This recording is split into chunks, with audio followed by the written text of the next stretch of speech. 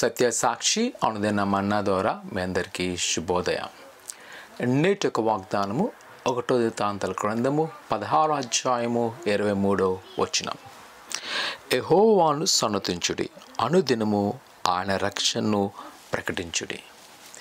ప్రియ సహోదరి సహోదరులారా, ఈ ఉదయకాల సమయంలో దేవుని యొక్క రక్షణ, ఆయన కృపను మనము జ్ఞాపకం చేసుకోవాలి. ఈ నూతన వారములో మన ముందు అనేకమైన ఆలోచనలు, అనేకమైన తలంపులు కలుగుంటాం. నా జీవితంలో ఇది జరిగితే బాగున్ను, దేవుడు నాకు ఈ కార్యములు నెరవేరిస్తే బాగునని. కానీ మనం గ్రహించవలసిన మరో విషయం ఏమిటి అంటే, ఆయన మనకు ప్రాథమికంగా అనుగ్రహించిన రక్షణ.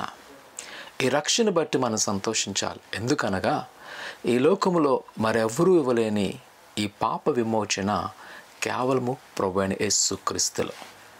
ఎప్పుడైతే మన రక్షణ బట్టి మనం సంతోషం కలుగుంటామో, దేవుడు మనకిచ్చిన యొక్క మారు మనసు జీవితాన్ని బట్టి ఎప్పుడైతే ఆయన మనం కనపరుస్తామో, దేవుడు మన పట్ల చేయవలసిన ఆ సుదీర్ఘమైన కార్యములైనా తక్షణమే నెరవేర్చును.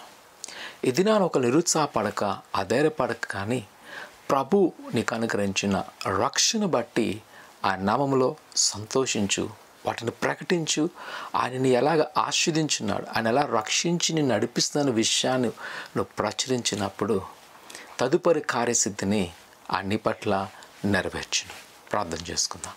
పరిశుద్ధుడా, ఘనమైన దేవా, నీ కొన్నాళ్ళు నీ బిడ్డలైన వారు మీ జ్ఞాపకం చేసుకొని నీ దేవాశీర్వాదం నింపండి. ఇకనైనా వారి తలంపులు నీకు అప్పగిస్తుండగా ఆయన మరుముఖ్యంగా నువ్వు మాకు అనుగ్రహించిన రక్షణ మీ జ్ఞాపకం చేసుకున్నావు, నువ్వు మా కొరకు కాల్చిన రక్తం జ్ఞాపకం చేసుకున్నావు. ఆయన అందుని బట్టి నేను మీకు వందనాలు తెలియజేసుకున్నావు.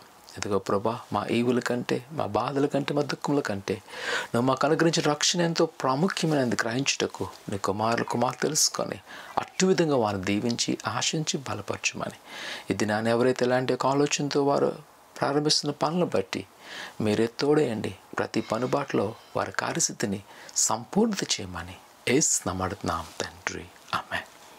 ఆయన రక్షణ ప్రకటించండి. ప్రభు నీ పట్ల గొప్ప కార్యం చేయను. దేవుడు దీవించును గాక. ఆమేన్.